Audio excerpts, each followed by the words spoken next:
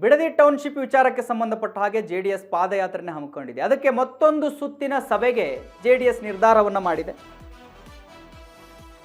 JDS township ವಿರೋಧಿಸಿ JDS Bidadi township ವಿರೋಧಿಸಿ JDS ಪಾದಯಾತ್ರೆಯನ್ನು ಹಮ್ಮಿಕೊಂಡಿದೆ. ಪಾದಯಾತ್ರೆ ಬಗ್ಗೆ ಮತ್ತೊಂದು ಸುತ್ತಿನ ಸಭೆಗೆ ನಿರ್ಧಾರವನ್ನು ಕೈಗೊಂಡಿದೆ ಜೆಡಿಎಸ್. ನಾಳೆ ಎಚ್.ಡಿ. ಕುಮಾರಸ್ವಾಮಿ ನೇತೃತ್ವದಲ್ಲಿ ಮೀಟಿಂಗ್ ಆಗುತ್ತೆ. ನಾಳೆ ಬಿಡದಿಯಲ್ಲಿ ಜೆಡಿಎಸ್ ನಾಯಕರಿಂದ ಸಭೆ ಇದೆ. ಸಭೆಯಲ್ಲಿ ಶಾಸಕರು, ಸಂಸದರು, ಕಾರ್ಯಕರ್ತರು ಭಾಗಿಯಾಗ್ತಾರೆ. ಸಭೆಯಲ್ಲಿ ಜಂಟಿ ಹೋರಾಟದ ಬಗ್ಗೆಯೂ ಕೂಡ ಚರ್ಚೆ ಆಗುತ್ತೆ. ಬಿಜೆಪಿ ಜೊತೆ ಪಾದಯಾತ್ರೆ ಗೊಂದಲಕ್ಕೆ ತೆರೆ ಬೀಳುವ ಸಾಧ್ಯತೆ ಇದೆ. ಸಭೆಯಲ್ಲಿ ಪಾದಯಾತ್ರೆ ರೂಪರೇಷೆಗಳ ಬಗ್ಗೆ ಚರ್ಚೆ ಆಗುತ್ತೆ. ಸಭೆ ಬಳಿಕ ಸುದ್ದಿಗೋಷ್ಠಿ ನಡೆಸ್ತಾರೆ ಕುಮಾರಸ್ವಾಮಿ ಅವರು. ವೀಕ್ಷಕರೇ, ಬಿಡದಿ ಟೌನ್ಶಿಪ್ ವಿಚಾರ ಮತ್ತೆ ಮುನ್ನೆಲೆಗೆ ಬರ್ತಾ ಇದೆ. ಜೆಡಿಎಸ್ ಪಾದಯಾತ್ರೆಯನ್ನು ಹಮ್ಮಿಕೊಂಡಿದೆ. ಪಾದಯಾತ್ರೆ ಸಕ್ಸಸ್ಗೋಸ್ಕರ ಏನೇನು ರೂಪರೇಷೆಗಳು, ಏನೇನು ಪ್ಲ್ಯಾನ್ಗಳು ಅವೆಲ್ಲವೂ ಮಾಡ್ತಾರೆ. ನಾಳೆ ಮತ್ತೊಂದು ಸುತ್ತಿನ ಸಭೆಯನ್ನು ಕರೆದಿದ್ದಾರೆ. ಈಗ ಮೈತ್ರಿ ಇರೋದ್ರಿಂದ ಬಿಜೆಪಿ ಮತ್ತು ಜೆಡಿಎಸ್ ಇಬ್ಬರು ಸೇರಿ ಮಾಡ್ತೀನಿ ಅನ್ನುವಂಥ ಮಾಹಿತಿಗಳು ಹೊರಹಾಕಿದ್ದಾರೆ.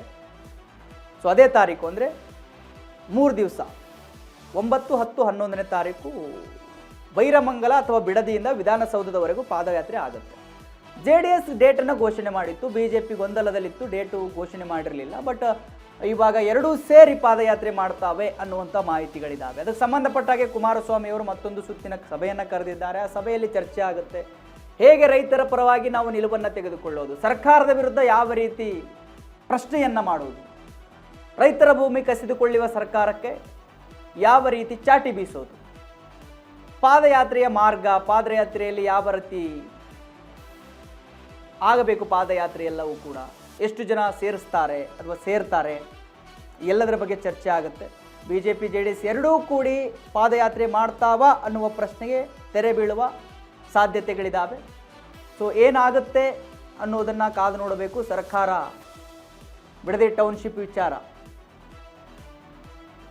ವಿಚಾರಕ್ಕೆ ಸಂಬಂಧಪಟ್ಟ ಹಾಗೆ ರೈತರ ಜಮೀನನ್ನು, ಅಂದರೆ ಕೃಷಿ ಭೂಮಿ, ಫಲವತ್ತಾದ ಭೂಮಿಯನ್ನು ಕಬಳಿಸ್ತಾ ಇದೆ ಅಥವಾ ಭೂಸ್ವಾಧೀನ ಮಾಡಿಸ್ಕೊಳ್ತಾ ಇದೆ ಅಂತ ಹೇಳಿ ಭಾಳ ಆಕ್ರೋಶ ವ್ಯಕ್ತವಾಗ್ತಾ ಇದೆ ರೈತರಿಂದ. ಸೊ ಅದಕ್ಕೆ ಸಂಬಂಧಪಟ್ಟ ಹಾಗೆ ಇನ್ನೊಂದು ಸುತ್ತಿನ ಸಭೆ ಬಳಿಕ ಪಾದಯಾತ್ರೆಯ ನಿರ್ಧಾರಗಳು ಹೊರಬರ್ತಾವೆ.